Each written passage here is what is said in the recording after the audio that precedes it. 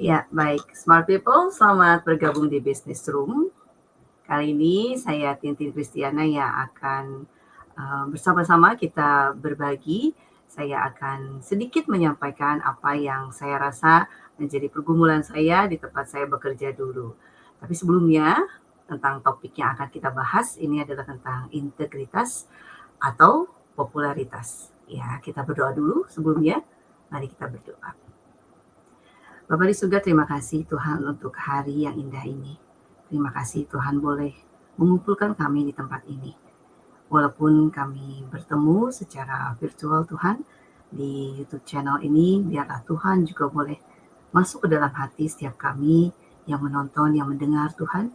Biar apa yang Tuhan inginkan disampaikan kepada setiap kami masing-masing Tuhan, untuk bisa menjadi pelaku pelayan firman Tuhan, pelayan Tuhan yang baik di tempat di mana kami ditempatkan oleh Tuhan untuk bisa melayani lebih banyak orang lagi.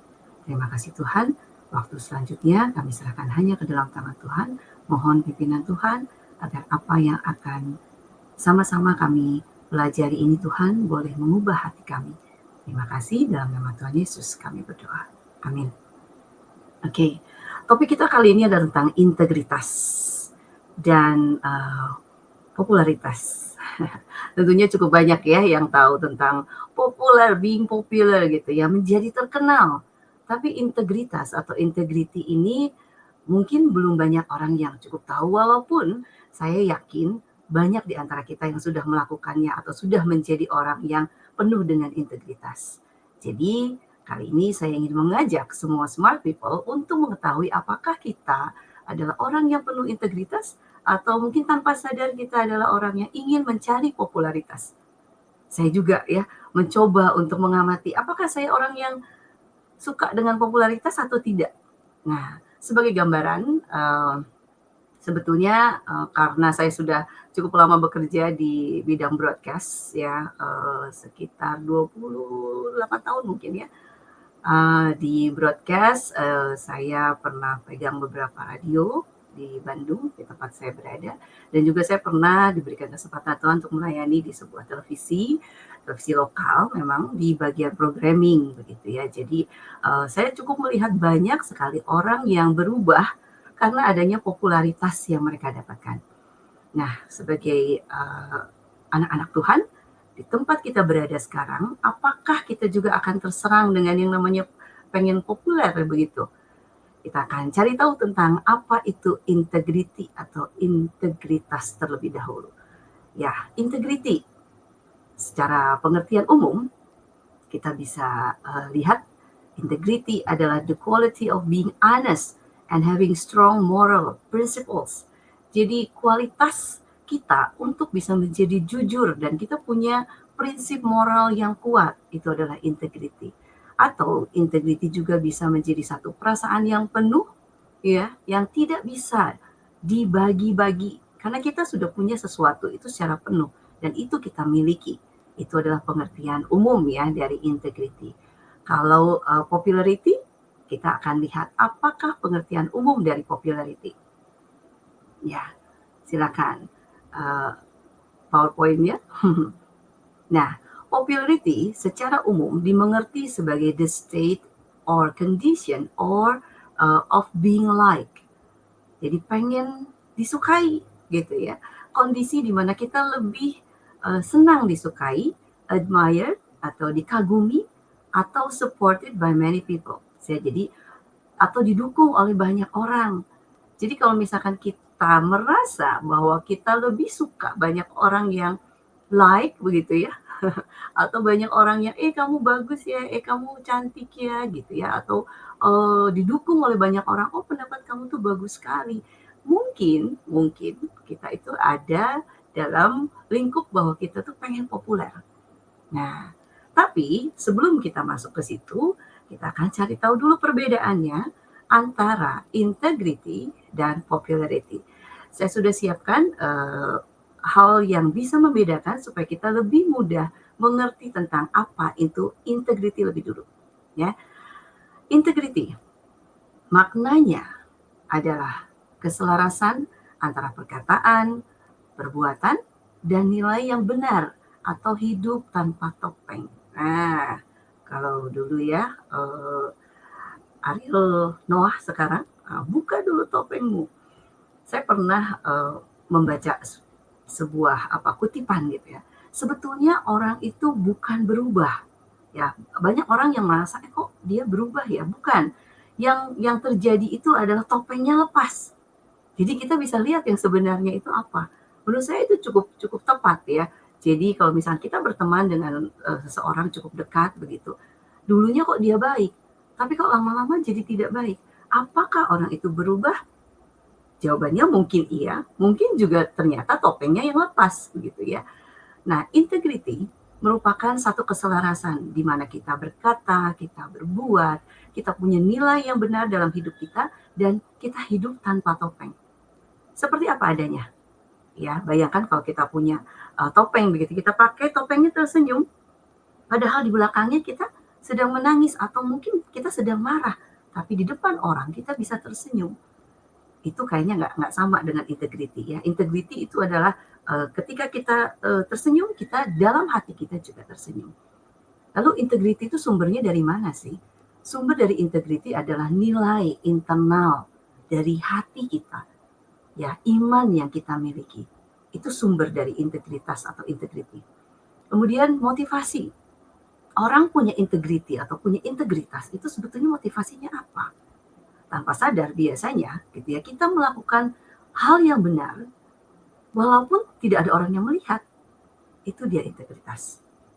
Ya, meskipun tidak ada orang yang, melihat kita melakukan apapun yang kita rasa itu benar, tapi kita tetap melakukannya.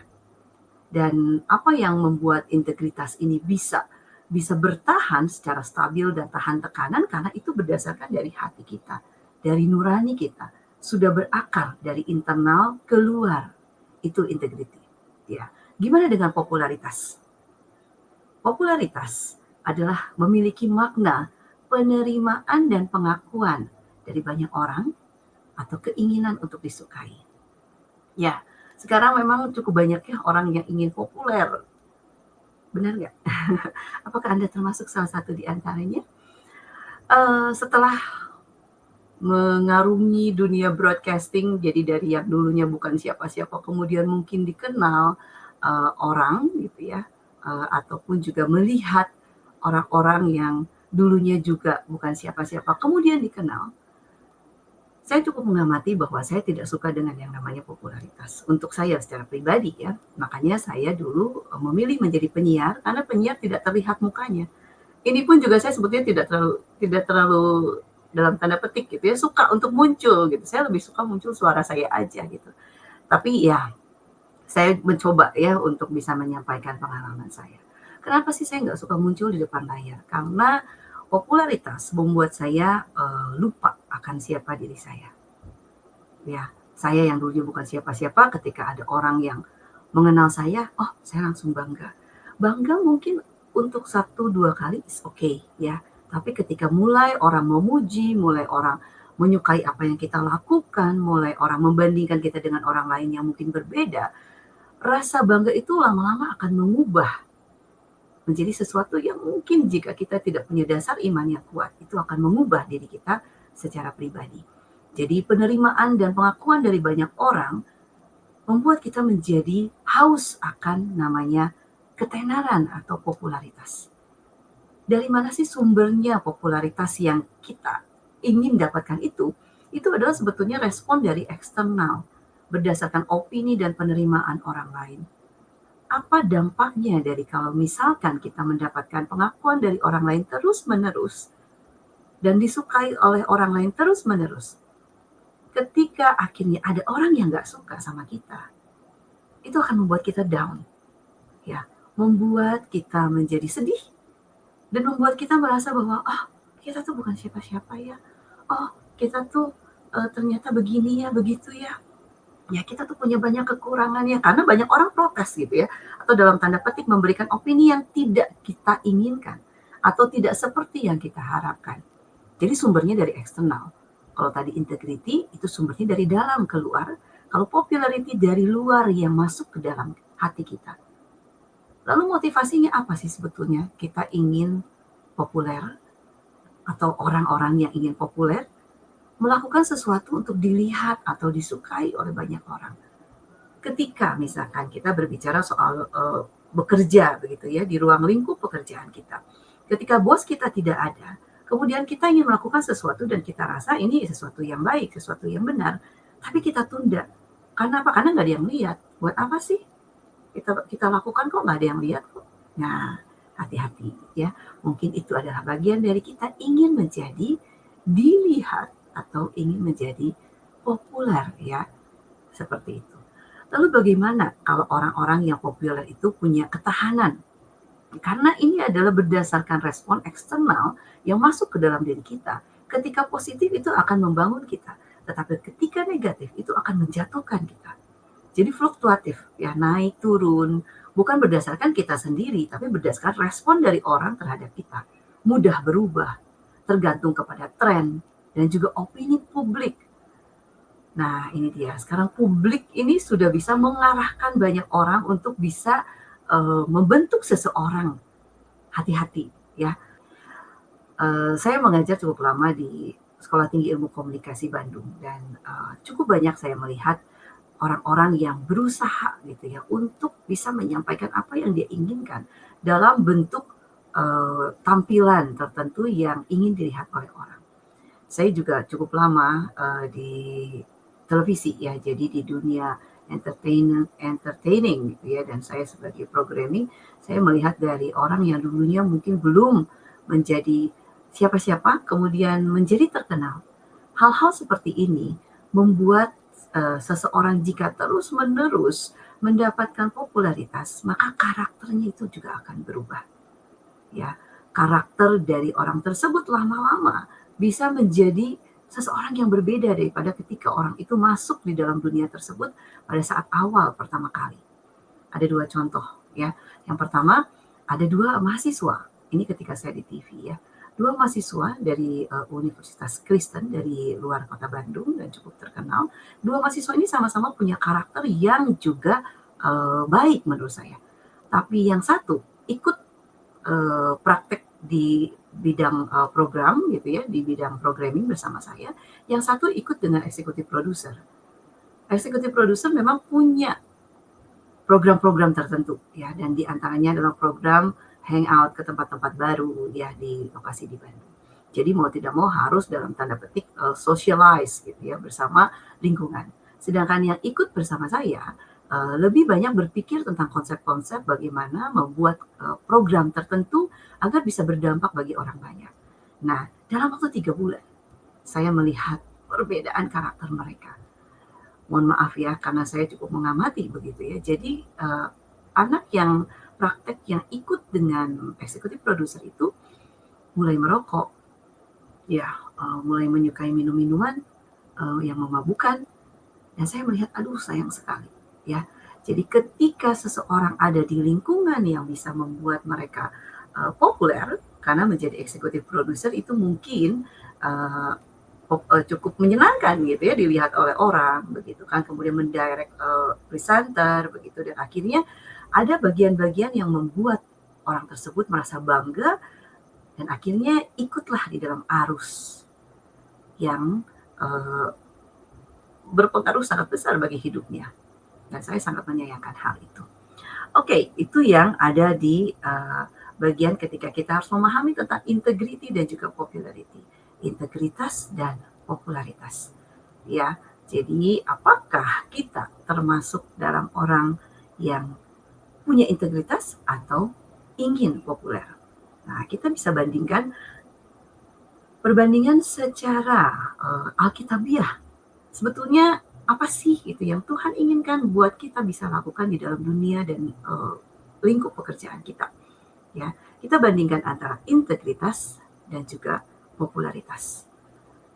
Tadi sebagian besar kita sudah tahu bahwa fokusnya dari integrity adalah kita ingin melakukan sesuatu yang baik, yang berkenan kepada Tuhan.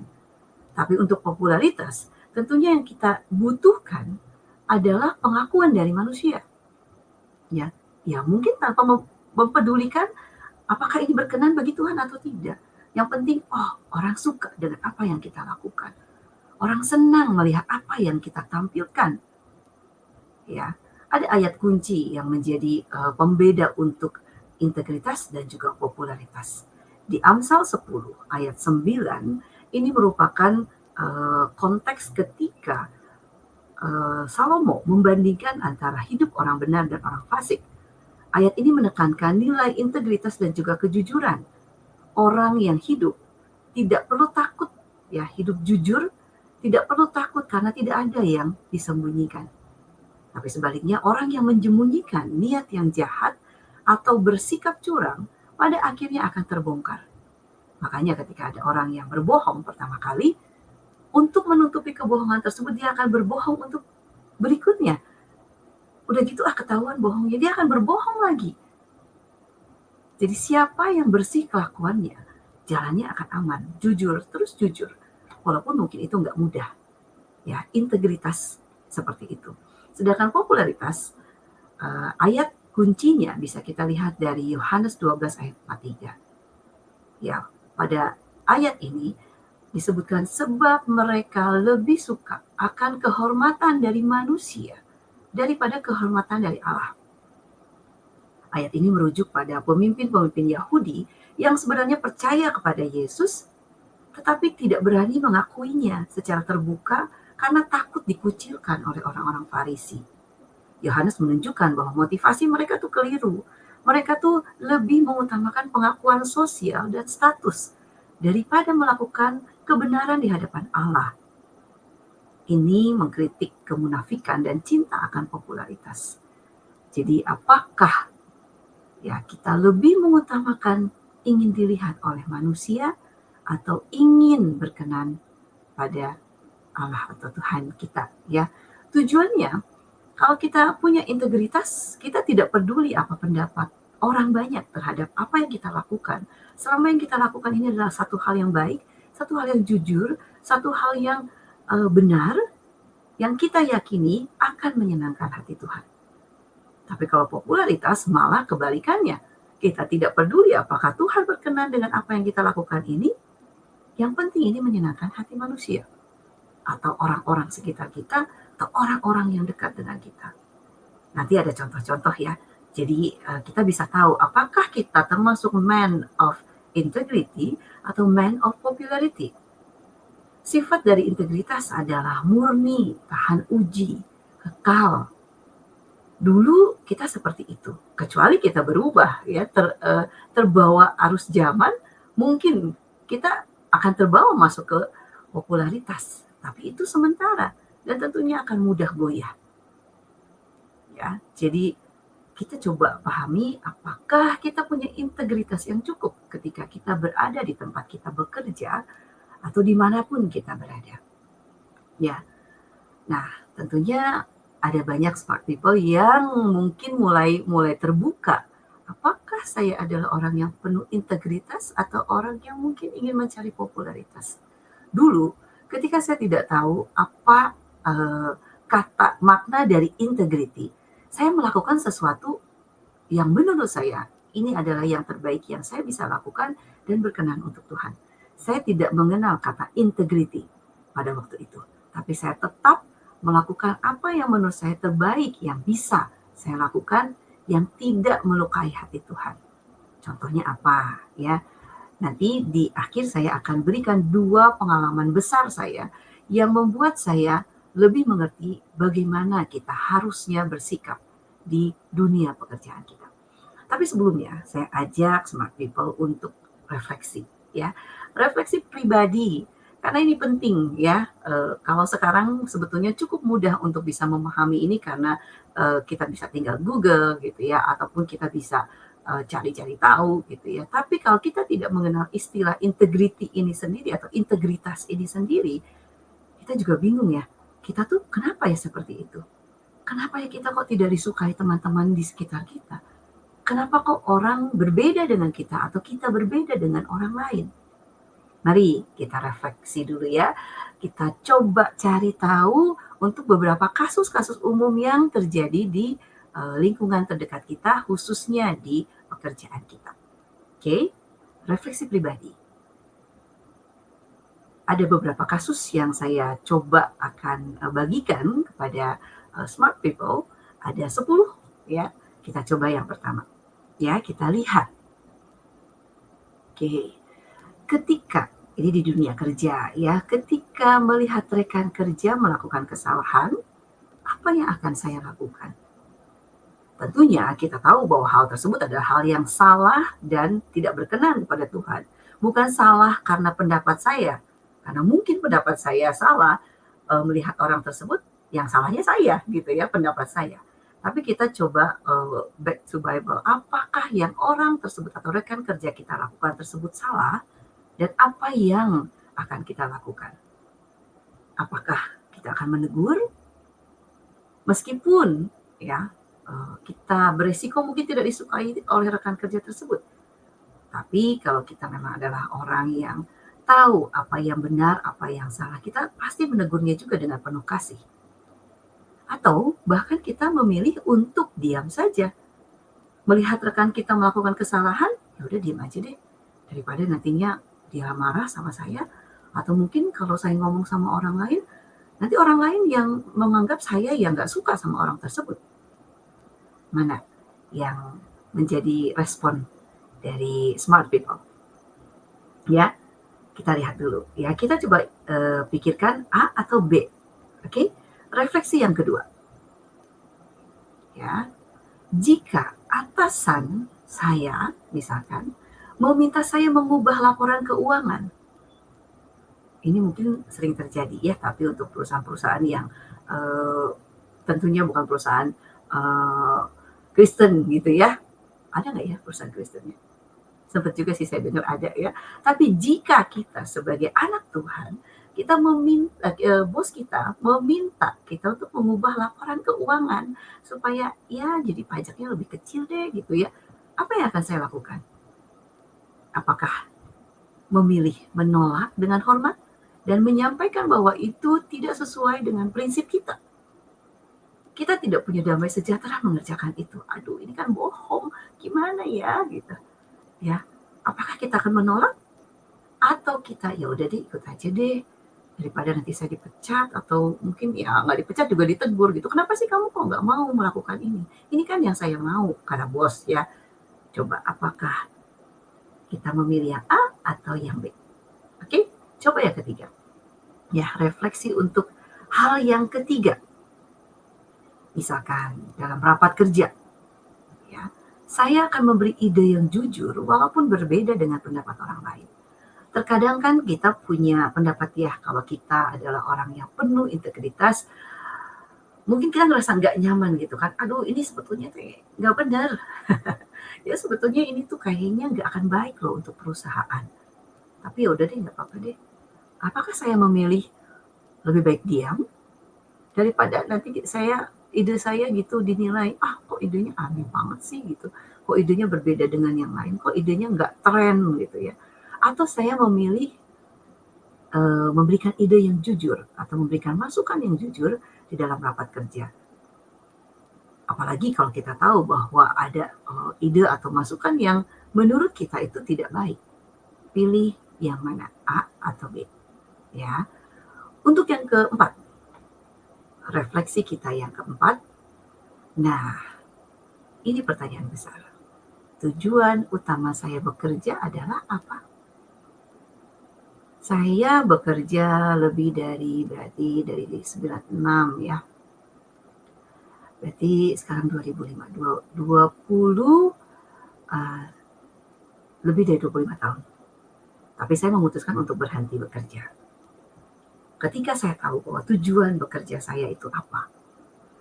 Yang pertama, ya, apakah smart people memilih bekerja untuk menyenangkan hati Tuhan dan bekerja sebaik-baiknya yang Anda bisa dan tetap berada di posisi atau koridor kita punya integritas. Atau kita bekerja untuk dapatkan jabatan yang tinggi. Salah nggak sih? Ingin bekerja punya jabatan yang tinggi? Oh ya enggak. Yang salah adalah dengan melakukan sesuatu yang tidak berintegritas, tidak punya integriti, melakukan berbagai cara, misalkan dengan menjatuhkan teman. Wah dia sih kerjanya nggak benar gitu kan. dia sih masuknya siang terus, wah dia sih di kantornya begini, padahal orang itu tidak seperti itu. Tapi karena kita ingin dianggap kita lebih baik, kita melakukan berbagai cara, ya supaya kita dapat posisi yang lebih penting atau jabatan yang lebih tinggi. Jadi tujuan kita bekerja apa? Ya, oke, yang keempat, gitu. Ya, sekarang yang kelima, refleksi kita yang kelima, berhubungan dengan sosial media. Nah, saya mengajar broadcasting ya, saya mengajar content creator, saya mengajar public speaking, saya juga mengajar event management dan beberapa materi-materi lainnya, termasuk juga tentang media sosial. Ya, ketika kita memposting sesuatu di media sosial, namanya juga media sosial, media yang dipakai untuk orang-orang bersosialisasi, untuk saling melihat satu dengan yang lainnya, untuk saling berinteraksi. Ketika kita memposting sesuatu di media sosial, itu untuk apa? Apakah karena kita punya nilai kebenaran yang ingin kita inspirasikan kepada orang-orang yang membaca secara sosial, atau kita pengen orang melihat prestasi kita, prestasi saya, atau apa yang saya miliki. Aduh, saya punya tas baru nih kayaknya, pengen dikasih tahu juga nih sama orang ya, posting deh. Aduh, saya punya jabatan baru nih, baru naik pangkat, posting. Aduh, saya baru dapat gaji, kenaikan gaji. Ada nggak yang begitu ya? Tapi nilainya angkanya dicoret ya, cuma wah kamu naik di jabatannya, atau saya dipuji misalkan sama orang, wah kamu apa gitu ya, di screenshot chatnya begitu, masukkan ke dalam media sosial kita. Atau ketika kita merasa ada sesuatu yang tidak benar, kita melihat sesuatu yang mungkin nggak cocok gitu ya, kayak aduh kok ini ada orang yang males nih, nggak mau kerja gitu kan. Terus saya punya kita punya hati yang bergejolak gitu, ingin menulis sesuatu di media sosial gitu tentang hal yang berhubungan dengan itu, dan bagaimana caranya supaya kita tidak seperti itu, ataupun bagaimana caranya supaya kita memotivasi orang supaya tidak begitu. Nah, apakah ketika kita memposting sesuatu di media sosial itu untuk menyuarakan nilai kebenaran kita agar bisa menginspirasi orang menjadi lebih baik, atau karena kita ingin memperlihatkan sesuatu yang kita miliki? Ya, silakan. Yang mana nih ya yang Anda rasa tepat buat smart people? Oke, refleksi ke-6. Ya, refleksi ke-6. Saat saya salah, tapi nggak ada yang lihat, apa yang akan saya lakukan? Ya, setiap orang pasti pernah melakukan kesalahan. Saya juga ya tidak luput dari yang namanya salah. Kadang kesalahan itu bisa terjadi ketika di depan orang atau ketika orang tidak melihat. Nah, ketika kita melakukan kesalahan, aduh, saya salah nih gitu ya. Apa ya kesalahan yang umum terjadi? Misalkan ketika bekerja gitu ya. Waduh, saya mendelete satu file. Delete sebetulnya bisa di-restore ya. Tapi misalkan ternyata file tersebut penting dan tidak bisa diselamatkan lagi. Nah, aduh, kok tapi nggak ada yang lihat ya. Oke, pura-pura aja deh, nggak tahu. Pura-pura aja nggak terjadi apa-apa. Dan berusaha bersikap tenang dan tidak perlu mengakui. Kan nggak ada yang lihat. Ya, apakah seperti itu? Atau kita mengakui kesalahan kita dan minta maaf kepada orang yang dirugikan dan berusaha untuk bertanggung jawab. Misalkan, aduh sorry ya tadi nggak sengaja saya tuh buang filenya, gimana ya? Aduh gimana ya, saya harus gimana nih gitu ya, sorry banget ya. Apakah seperti itu? Apakah kita pura-pura? Gak ada yang lihat ini, biarin aja deh. Nanti kalau ditanya pura-pura aja nggak tahu. Mungkin komputernya error. Bisa jadi ya seperti itu ya. Atau kesalahan-kesalahan yang mungkin juga mirip-mirip seperti itu, tapi respon kitanya seperti apa ya ketika tidak ada yang melihat. Ketika ada yang melihat ya mau tidak mau kita pasti harus minta maaf Karena kita udah kelihatan, ketahuan kita salah. Masa ada yang melihat kita nggak mau minta maaf? Aduh, menyalahkan gitu ya. Ini nih memang komputernya jelek gitu kan. Kalau sudah ada yang melihat kita salah, itu sudah jelas kita harus minta maaf. Tapi ketika tidak ada yang melihat, apa yang akan kita lakukan? Refleksi yang keenam.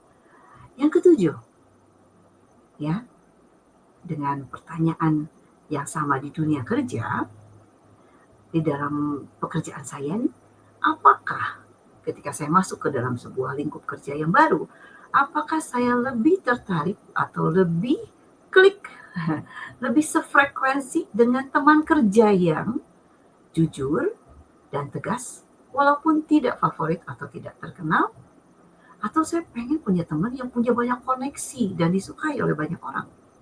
Wah, dia tuh populer nih, misalkan kita punya lingkup kerja yang cukup luas ya.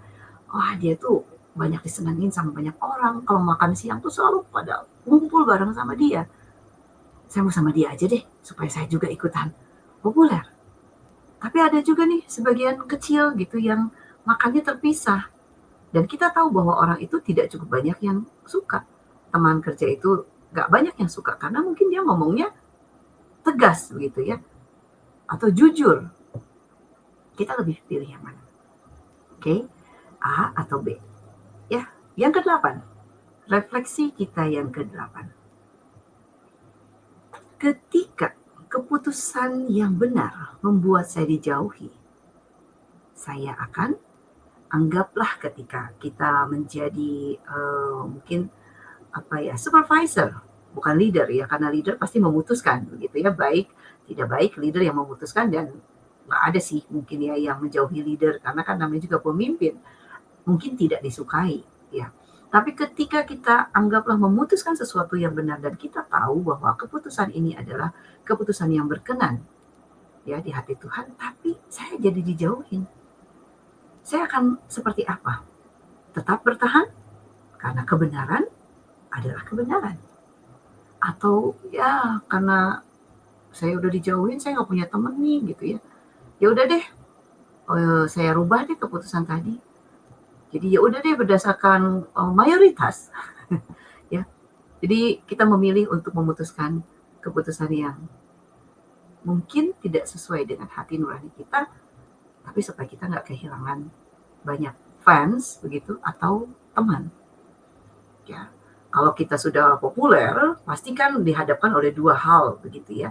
Melakukan hal yang disukai oleh fans kita, walaupun itu salah, atau kita tetap lurus dan melakukan hal yang baik dan benar. Ya, itu refleksi yang ke-8. Refleksi yang ke-9. Ya, refleksi yang ke-9. Saya bangga ketika, apakah kita gak boleh merasa bangga? Oh, tentu boleh. Ya, tapi rasa bangganya itu bisa kita rasakan ketika apa? Ketika misalkan kita dikenal oleh banyak orang dan kita populer di komunitas kita, atau ketika kita dikenal sebagai orang yang jujur. Ya, orang yang jujur tidak populer karena pasti akan menyakitkan sebagian besar orang yang tidak jujur. Jadi apakah saya tetap akan bangga karena saya menjadi orang yang jujur walaupun saya tidak punya banyak teman atau tidak populer di komunitas tempat kita berada ataupun di tempat kita kerja? Yang manakah? Smart people? Yang A atau yang B? Sebetulnya man of integrity atau man of popularity itu yang mana sih? Kalau pilihannya yang B, hati-hati. Mungkin ada bibit-bibit di mana kita lebih suka disukai karena populer daripada kita menjadi orang yang penuh integritas. Yang ke-10. Yang ke-10, refleksi kita yang terakhir. Ya, saat saya tidak mendapat pujian, saya merasa untuk orang yang punya integritas, saya akan merasa biasa aja karena saya tahu bahwa saya sudah melakukan hal yang benar. ya orang mau memuji, puji Tuhan. Ya, kamu kok keren ya bisa punya ide seperti itu, puji Tuhan. Nah, puji diri sendiri ya, bukan memuji diri sendiri. Oh, ya karena saya memang hebat. Tapi kalau untuk man of popularity, ketika tidak mendapatkan pujian, dia akan merasa kecewa. Karena sudah merasa kerja keras tapi tidak dihargai. Apalagi dia udah berbuat misalkan gitu ya, yang melebihi dari apa yang dia bisa lakukan. Dia berusaha dan banyak orang melihatnya, tapi kok orang biasa-biasa aja. Tidak memuji orang tersebut, pasti dia akan kecewa. Nah, ini juga menjadi sebuah refleksi untuk kita semua. Ya, cukup unik ya. Saya pernah melihat di Facebook begitu ya. Ada satu tampilan, ada tanda panah ke bawah, ya kan ada like begitu ya di Facebook seperti itu. Dari sekian ribu teman, hanya segini yang menyukai postingan saya, dan yang like-nya cuma sedikit. Dan orang tersebut langsung marah-marah. Kenapa sih kok punya teman banyak tapi kok yang suka cuma sedikit? Kalau gitu saya unfriend aja deh teman-teman di Facebook. Apaan sih? Nggak support saya. Ya, hati-hati. Ya, itu yang menjadi refleksi untuk kita semua. Saya juga masih tetap berusaha untuk mengenali diri saya sendiri. Karena tentunya sindrom popularity sekarang ini sangat menyerang banyak di antara kita ketika media sosial ini sudah semakin akrab dengan hidup kita. Ya, rasanya kok nggak ada yang kurang gitu ya. Rasanya ada yang kurang kalau misalkan kita nggak buka media sosial dalam satu hari.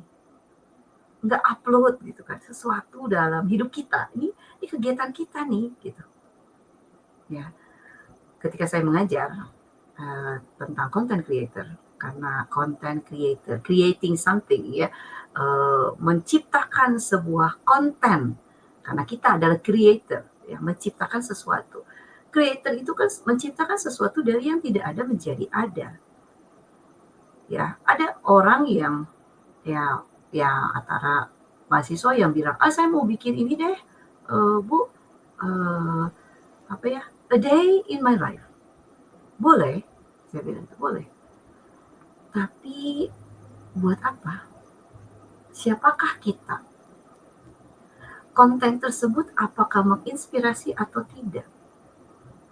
Sehari bersamaku, aku, siapakah aku? Kegiatan apa? Ya, misalkan saya cuma misalkan ya oke lah, nyapu-nyapu rumah misalkan, menginspirasi orang nggak? Kalau hanya cuma begitu doang, siapakah aku dan pentingnya aku untuk orang yang melihat itu apa? Kecuali misalkan menyapu rumah, a day in my life, menyapu rumah, saya punya tips bagaimana menyapu yang baik. Ya setidaknya itu menjadi konten. Orang yang ingin populer dengan orang yang punya integritas bisa dibedakan dari isi sosial medianya.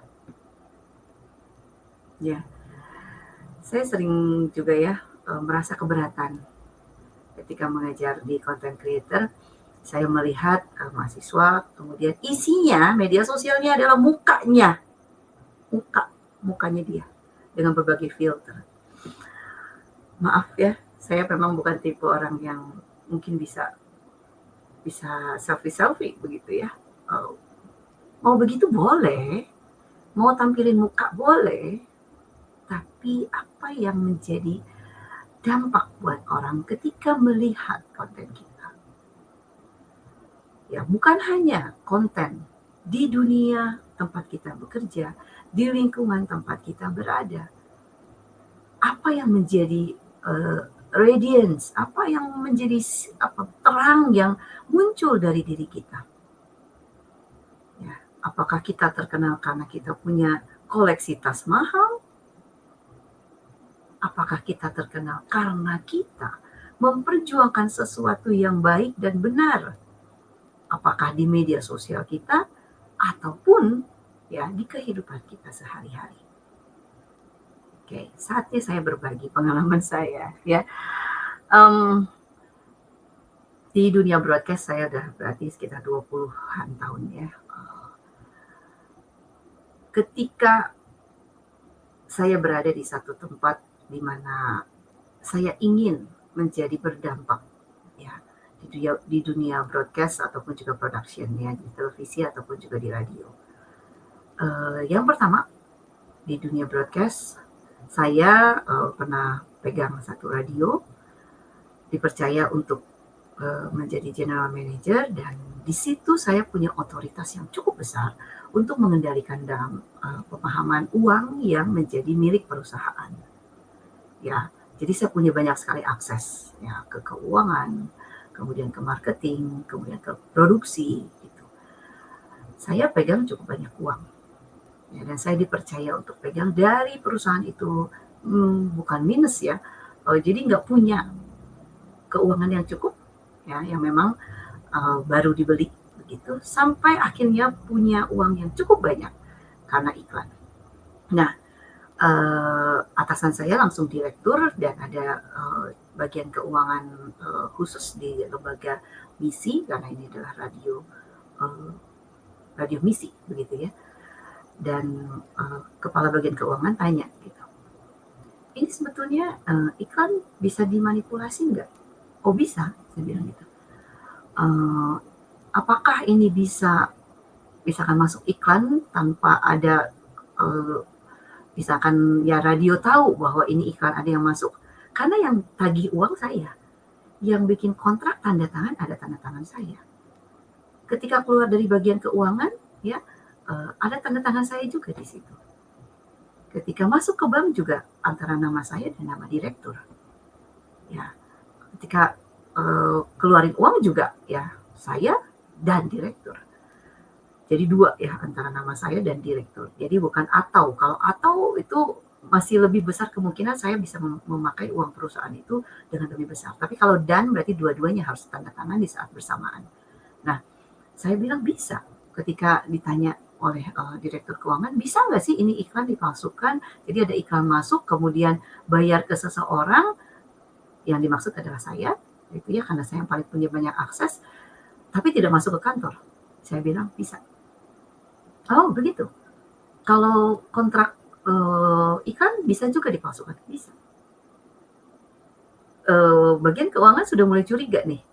Kemudian cap siapa yang buat? Saya. Tapi cap tersebut saya buat di China, ya, dengan giok gitu ya. Jadi di Bandung tuh nggak ada yang bisa. Saya udah cek gitu ya tempat-tempat pembuatan itu. Tapi kan yang bikin saya juga gitu. Jadi kalau orang berpikiran negatif atau curiga pasti kan bisa saja saya membuat capnya itu dua.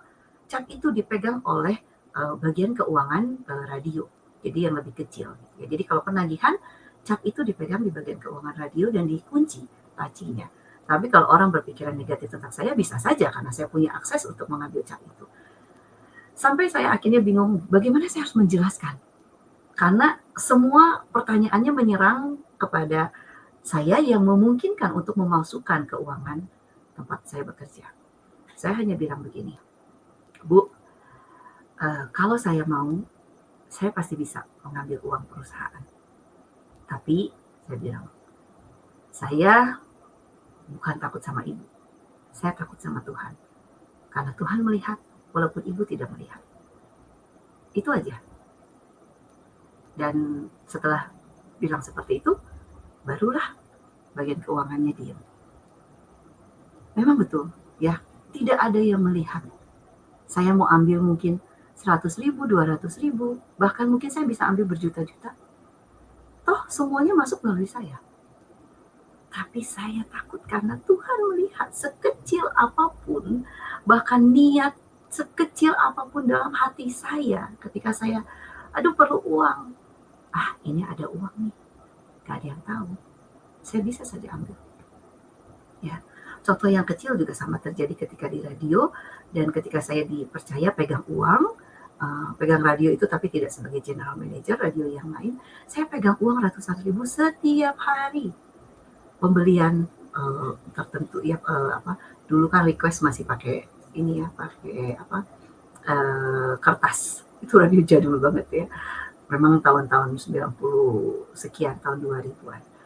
Uangnya masuk setiap hari ke saya 25.000 per satu buku dan saya bisa dapatkan ratusan ribu rupiah. Tapi buku itu dicetak oleh saya ke percetakan, diberi nomor oleh saya. Jadi dari percetakannya nomornya kosong, nggak ada nomornya. Saya kasih nomor, ya, saya siapin semuanya dan saya urutkan nomor buku satu yang beli, misalkan nggak pakai namanya ya, tapi harganya sekian. Dan uangnya saya setorin. Dan ketika uangnya hilang, saya bilang, aduh Bu, uangnya hilang. Loh, kok bisa hilang? Nggak tahu, karena saya nggak pakai. Gitu. Saya nggak ambil. Oh gitu? Ya udah. Dan saya ingin mencari tahu siapa yang mengambil uang itu gitu. Akhirnya saya berusaha menjadi spy. Oh ternyata yang mengambil uang itu adalah teman saya. Saya tidak mau dong bertanggung jawab atas apa yang tidak saya lakukan dan saya sampaikan kepada atasan saya bahwa ini uangnya masuk sekian ratus ribu per hari ini, hilang misalkan 50.000, diambil sama siapa, dan itu adalah teman saya. Ya, setelah itu silakan atasan saya yang bersikap terhadap teman saya. Ya, dan saya memilih untuk tetap seperti itu walaupun ada uang banyak di depan saya. Ya, itu terjadi juga di televisi. Ya, ketika saya menjadi programming di televisi, saya juga punya akses cukup besar ke bagian keuangan karena memang produksi itu di bawah saya, eksekutif produser juga di bawah saya, jadi semua budget pengeluaran produksi itu masuk ke saya dan ada budget-budget ketika produksi itu dilakukan dan ada pembayaran ke presenter. Nah, semua kan dikasihin ke eksekutif produser. Kita nggak pernah cek karena kan ada tanda terima gitu ya, tanda terima, dan ketika ada presenter yang bilang kok saya belum dibayar, loh kan kita udah bayar, kita nggak pernah nunggak gitu ya secara media yang media yang besar gitu ya, mana berani begitu gitu ya. Oh saya belum kok banyak yang belum ya belum dibayar. Terus saya coba cek, oh tanda terimanya kok ada ya gitu. Ya bahkan ketika ada event besar begitu, kok saya melihat ada beberapa teman eksekutif produser saya gitu kan yang hidupnya berfoya-foya gitu. Mohon maaf ya, saya harus buka karena saya berusaha ingin memberikan pengertian atau pemahaman dari pengalaman saya menjadi orang, susahnya menjadi orang yang punya integritas gitu ya. Kemudian saya dikontak gitu kan oleh beberapa vendor. Oh ini cetak kaos tuh nggak segini, oh ini tuh begini. Banyak sekali hal-hal yang saya tidak tahu. Tapi kan karena itu di bawah tanggung jawab saya langsung minta kepada direktur, saya minta diaudit. Direktur saya kembali akhirnya bilang sama saya, kenapa harus diaudit? Karena saya rasa ada yang nggak benar nih gitu Pak. Ada keuntungan-keuntungan yang bocor gitu ya. Saya kan berpikir untuk kepentingan perusahaan gitu. Bos saya bilang seperti ini, nanti kamu juga diaudit. Oh enggak apa-apa Pak, malah Bapak paling pertama harus mengaudit saya lebih dulu. Karena saya punya akses paling besar terhadap kemungkinan untuk melakukan sesuatu yang tidak baik. Sama seperti ketika saya di radio, saya punya tanggung jawab itu, uang masuknya ke saya setorin ke bank, begitu ketika keluar uang tanda tangannya saya dicek begitu. Tapi saya adalah orang yang memungkinkan untuk pertama kali diaudit. Saya nggak masalah, saya nggak takut. Tapi saya minta semua tim juga diaudit. Dan akhirnya tertangkaplah teman-teman saya. Walaupun saya merasa nggak enak gitu ya. Tapi saya nggak mau perusahaan saya bangkrut. Perusahaan di mana tempat saya bekerja ya. Bangkrut karena saya diam saja. Karena ketika perusahaan tempat saya bekerja bangkrut, saya pun juga akan terkena dampaknya. Tapi ternyata atasan saya lebih memilih untuk mempertahankan teman-teman saya yang sudah jelas merugikan perusahaan. Karena begitu, hati saya tidak damai sejahtera, saya tidak mau bekerja dengan orang yang seperti itu karena saya takut terpengaruh. Karena saya takut satu waktu nanti saya juga berubah.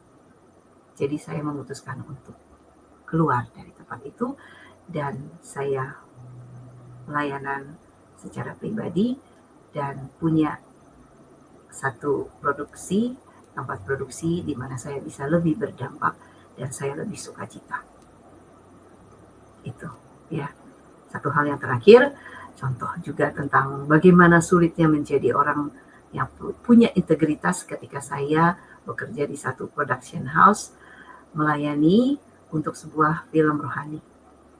Ya, saya tahu bahwa ketika semua yang terjadi itu tidak benar dan ketika tujuan awal untuk membuat film rohani itu adalah untuk kemuliaan Tuhan, ketika preview saya sampaikan kepada teman-teman yang main di film itu, saya bilang hati-hati ya, kita bukan siapa-siapa. Kita muncul di film ini itu karena Tuhan yang memberikan kesempatan kepada kita. Hati-hati, karena saya sudah sering lihat star syndrome begitu ya, atau orang-orang narsis gitu yang berubah karena situasi. Hati-hati.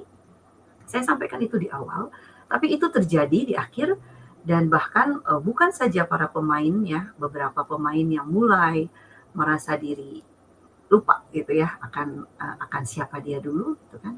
Bahkan terjadi juga kepada ketua suku begitu ya yang memegang budget untuk produksi itu dan yang tadinya ini akan menjadi free menjadi dijual dan uangnya dipakai untuk kepentingan pribadi. Ketika saya tahu soal itu, saya langsung bilang, sorry ya, karena saya tidak sesuai dengan apa yang menjadi tujuan yang berkembang, karena tujuan akhir awalnya tidak seperti itu. Jadi kalaupun mau dijual itu akan dibagikan kepada orang-orang yang membutuhkan, bukan untuk kepentingan salah satu pihak saja. Jadi saya bilang jangan masukkan nama saya di dalam produksi film itu. Saya tidak dikenal, nggak masalah. Saya lebih malu. Saya ada di satu tempat di mana orang melihat saya tidak menjadi representasi dari apa yang Tuhan inginkan. Sulit? Iya. Tidak disukai banyak orang? Iya. But still, saya pengen saya hidup di mana saya bisa tetap menjadi terang. Dan sekarang saya bahagia dengan apa yang saya lakukan. Saya ingin melakukan yang terbaik yang saya bisa dan saya tetap ingin menjadi orang yang punya integritas di tempat pelayanan saya. Barangkali ada hal-hal yang ingin dikembangkan atau nanti mungkin menjadi topik selanjutnya, boleh ya. Mohon maaf saya bukan menggurui, tapi saya hanya ingin berbagi saja karena menjadi orang yang punya integritas itu nggak gampang. Banyak tantangannya, sulit bahkan, tapi tetap kita harus bisa bercahaya ya. Biarlah terangmu bercahaya karena itu yang dikehendaki dan bisa memuliakan Bapa kita di surga. Terima kasih untuk kesempatan hari ini. Mari kita berdoa biar kita bisa menjadi orang-orang yang penuh integritas. Bapa di surga, terima kasih Tuhan untuk hari ini. Terima kasih Tuhan, kami boleh diingatkan kembali untuk bisa menjadi terang-terang di kegelapan. Tuhan, kami percaya bahwa lingkungan yang ada sekarang ini tidak mudah. Kami tahu Tuhan. Kami tahu kami pun juga memiliki banyak pergumulan dalam hidup setiap kami masing-masing. Untuk bisa tetap memiliki integritas dan tetap berpegang teguh pada firman-Mu Tuhan. Dan untuk bisa tetap dan selalu memuliakan nama Tuhan. Dan apapun yang kami lakukan, kami ingin semuanya berkenan di hadapan Engkau. Ampuni setiap kami Tuhan yang mungkin memiliki hati yang tidak berkenan, hati yang melukai hati Engkau Tuhan. Kami memiliki tujuan yang berbeda dengan apa yang ingin Tuhan harapkan, yang ingin Tuhan lakukan bagi yang Tuhan ingin kami lakukan bagi setiap orang-orang yang ada di sekitar kami. Ampuni kami Tuhan, kami adalah manusia yang lemah, kami adalah manusia yang tidak bisa memiliki kekuatan jika tidak mendapatkan kekuatan dari Engkau saja. Ampuni kami Tuhan untuk segala niat-niat kami yang ingin menjadi lebih populer dibanding Engkau Tuhan. Nama-Mu harus lebih terkenal dibanding nama kami. Siapa kami Tuhan? Ajarkan kami untuk bisa tetap rendah hati, ajarkan kami untuk tetap bisa menjadi orang yang penuh integritas, walaupun tidak mudah Tuhan. Kuatkan kami Tuhan untuk bisa tetap menjadi terang di tempat dimanapun kami berada. Terima kasih Tuhan untuk hari ini. Terima kasih. Dalam nama Tuhan Yesus kami berdoa. Amin. Terima kasih dan sampai jumpa di pembahasan yang lain.